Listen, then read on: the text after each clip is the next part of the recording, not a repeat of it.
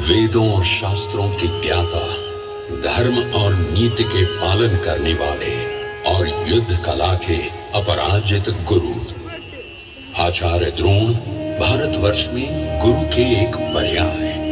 आचार्य द्रोण जिन्होंने कौरवों और पांडवों को श्रेष्ठ योद्धा बनाया और हमें राजधर्म के प्रति निष्ठा का पाठ पढ़ाया।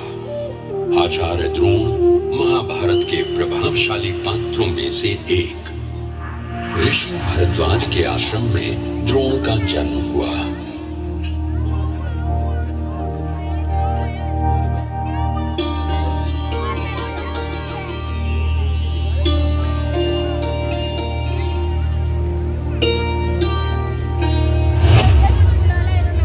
जब ऋषि गंगा नदी के तट पर स्नान कर रहे थे तो उन्होंने घृताची नामक अप्सरा को देखा।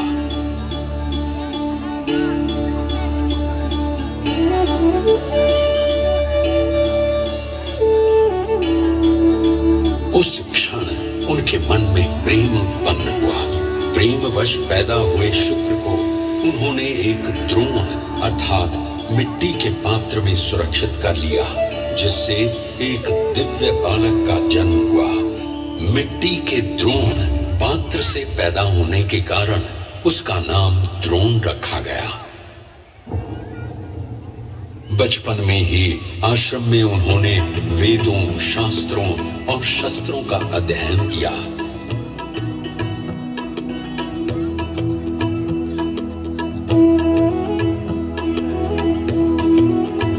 जब विवाह का समय आया, कृपी उनकी पत्नी बनकर आई। कृपाचार्य की बहन साध्वी कृपी अपने पति के आदर्शों में हमेशा सहायक रही। पुत्र अश्वत्थामा का जन्म उनके जीवन में नई ऊर्जा लेकर आया। एक अमूल्य रत्न भी था। क्षत्रियों का संहार करने के बाद परशुराम अपना सर्वस्व ब्राह्मणों को दान कर रहे थे। द्रोण भी धनुर्विद्या, दिव्यास्त्रों और धन की लालसा में उनके पास गए। हे भगवान परशुराम, मैं आपके चरणों में नमन करता हूं। मैं आपसे ज्ञान आदि की प्राप्ति की इच्छा से आया हूं। मैंने अपनी धन संपत्ति ब्राह्मणों को दान कर दी। मेरी बची हुई धनुर्विद्या, दिव्यास्त्रों का प्रयोग सीखा। गुरुदेव, मैं यही ज्ञान पाकर धन्य हूं। मुझसे बड़ा कौन धनी होगा? इसे स्वयं परशुराम ने सीखा। द्रोण, तुम्हारी निष्ठा ने मेरा हृदय जीत लिया है। ज्ञान ही सबसे बड़ा दान है और मैं इसे अपने तक सीमित नहीं रखूंगा। आओ, मैं तुम्हें उन दिव्यास्त्रों का रहस्य सिखाता हूं जिन्हें मैंने स्वयं वर्षों की तपस्या से पाया है। ब्रह्मास्त्र, नारायणास्त्र, अग्न्यास्त्र, ये सभी शस्त्र अब तुम्हारे होंगे। तथास्तु। द्रोणाचार्य और द्रुपद बचपन के मित्र थे। द्रुपद ने अपनी युवावस्था में वादा किया था कि वो राजा बनने के बाद अपनी आधी संपत्ति द्रोण को दे देंगे। लेकिन जब द्रोण अपने कठिन दिनों में सहायता मांगने उनके पास पहुंचे तो द्रुपद ने उन्हें अपमानित किया। द्रोण, मित्रता केवल समान लोगों के बीच होती है। मैं एक राजा हूं और तुम एक निर्धन ब्राह्मण। हमारी मित्रता अब संभव नहीं। ये अपमान द्रोण के हृदय में गहराई से चुभ गया। उन्होंने प्रण लिया, वे इस अपमान का बदला लेंगे। आक्रोश और दुख से भरे द्रोण कृपाचार्य के पास हस्तिनापुर पहुंचे। भीष्म पितामह ने उन्हें कौरव और पांडव राजकुमारों को युद्ध कौशल एवं शस्त्र विद्या सिखाने की जिम्मेदारी दी। अब वे द्रोणाचार्य नाम से जाने गए।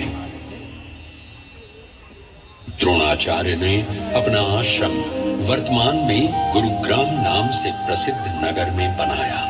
पुराने समय में अरावली पर्वत श्रृंखलाओं से घिरा ये नगर अत्यंत शांत एवं सुरम्य स्थल था।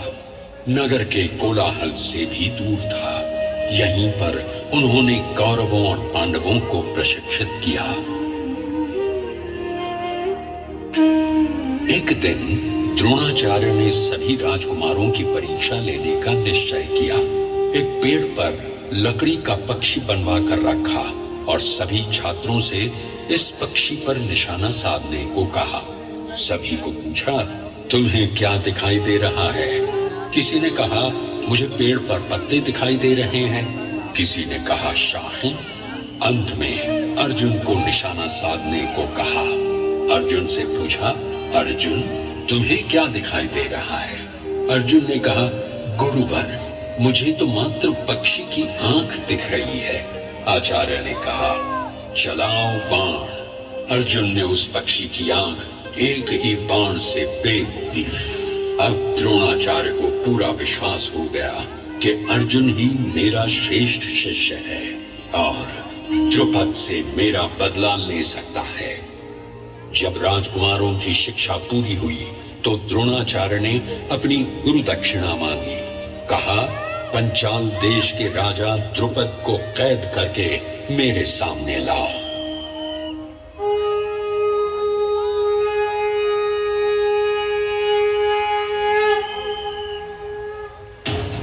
युद्ध की हुंकार हुई। द्रुपद परास्त हुए और कैद कर लिए गए।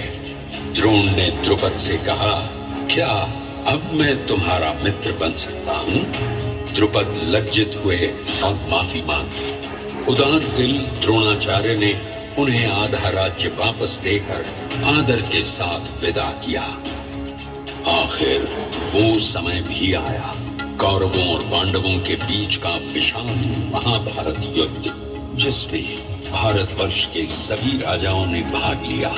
भयानक 18 दिन, जिसमें हर दिन अनगिनत योद्धा मारे गए और धर्माधर्म की सीमाएं बार बार टूटती नजर आई।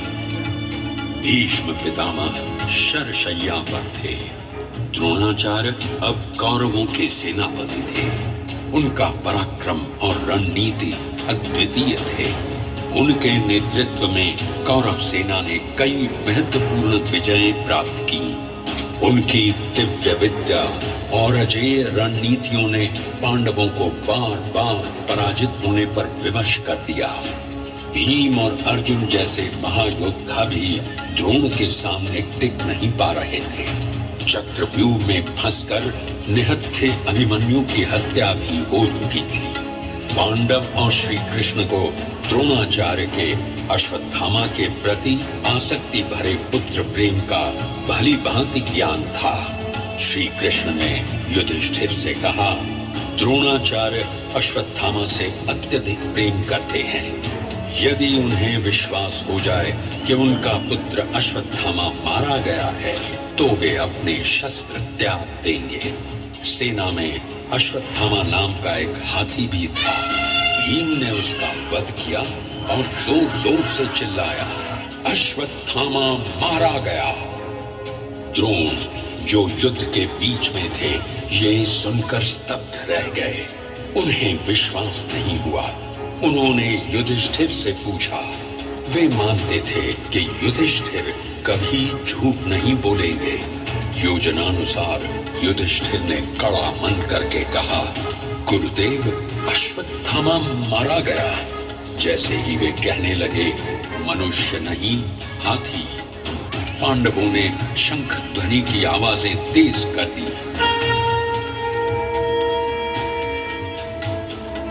और युधिष्ठिर के शब्दों की आवाज कम हो गई।